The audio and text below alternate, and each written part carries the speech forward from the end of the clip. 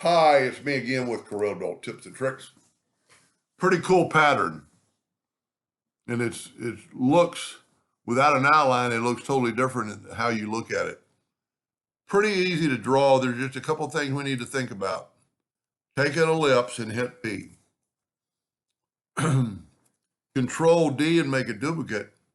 And with your pick tool, grab the quadrant and have it go to the quadrant. That's pretty important. Now I'm going to go ahead and take a 2-point line. I held down the control button so it'd be perfect. And I'm going to put it right there, and you can see that that disc is in the center of the page. This is the shape we want. So now I'm going to take another duplicate of this, get the 4-sided cross and put it right there on that quadrant. Now, for just a second, I'm going to move my line out of the way because I want this shape, because that shape is going to fit inside of itself. And I'll show you here in just a second. But now let's take this one and let's Control D, holding down the control button. Let me put my line back in. We want that to be on that line. So really I want to start over and Control D, while holding down the control button, just give a little curve. And then every time you do it, it'll Control D again.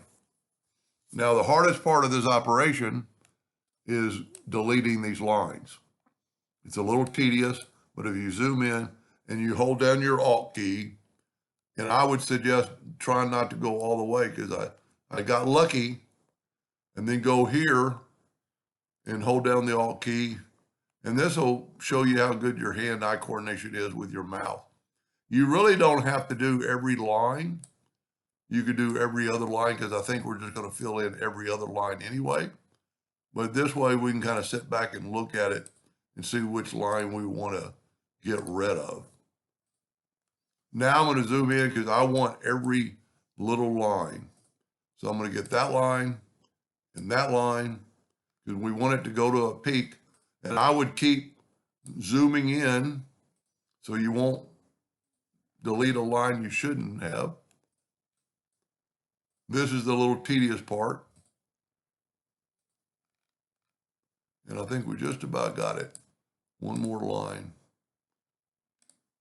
And then you can kind of figure out really which lines you want to do. And I set my nudge factor. What is my nudge factor? 6. So let me set my nudge factor to 12. And by doing that, I can nudge that right back. Well, I guess I can't. Let's leave it at 6. Well, let's do this. Let's put it at 6, nudge this over, and then let's put it to 15. And let's nudge that over 15 twice. So what we're going to do now is I would suggest taking this top line. I'm just filling in every other line. So we're really not using that line, but we really need that line. So I should have either done more or an odd number. So those are all because we want this curvature to match. Now I can get my blue lines and nudge them over. And I'm actually going to take this and I'm going to left click, right click, and I'm going to nudge these over. And then I should have grouped them together.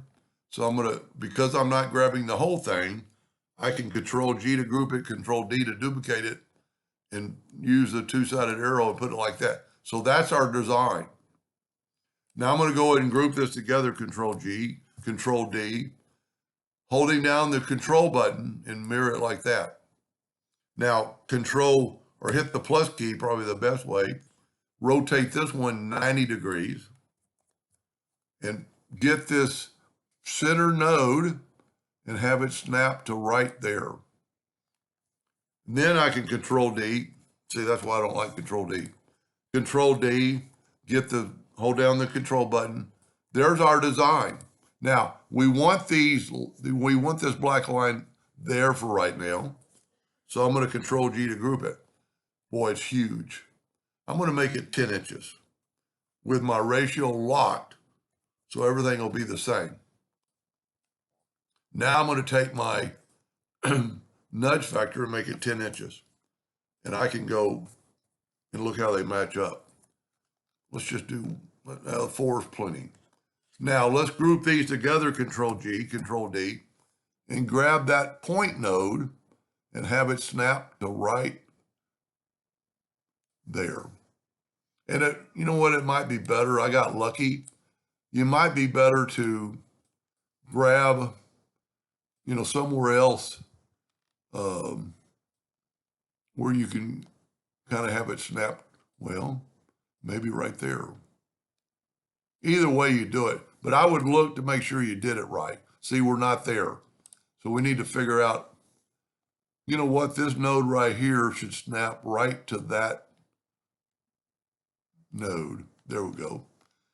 Now, if I would have done it the first time, I could just Control G. Control G to group it, Control D to duplicate it. And you can measure this. See, this way we can just come straight down. And I got really lucky. And then once you did that on the first try, you can Control D again. Now, the bad thing about this, to show it in yellow, it does that. So what I can do, and there's another little lesson, I'm going to go up to Object and ungroup all. And I'm going to take a blue line. You can see I got blue selected. I can go to Edit, Find and Replace, Find Color. I already did this last night or earlier today. I want to find the blue and replace it with red or yellow. Replace all. So it's going to replace all those colors in yellow. Now we still have that line, but you can bring in a black box and look at that. Make it a little bit bigger. The lines are still there, but you can't see them. But you could take it if you were going to do another color and just select it all and go, because the yellow is a fill, we can take away the outline. And it really looks pretty spectacular. And you could, have more lines or make them white or, let's go here and make a white line. And see, that put white lines on everything in between. So you could do yellow lines and have a total different look. Have no line, watch it change. See, the points are not touching, now the points are touching. I personally like it like that. That's, if you really look at it, you don't even see this first shape that I made, because what I'm seeing now is like squares, like wrapping around. Anyway, that's the key right there. So maybe I would do another line so you could have some up top, put it right here, and maybe nudge it a little bit or move it just a little bit short. And you could blend it very easily. Just make the first one, put the second one, and blend it an odd amount of numbers so you'll have the number or the color come out. Anyway, hope that gave somebody an idea, and thank you for watching.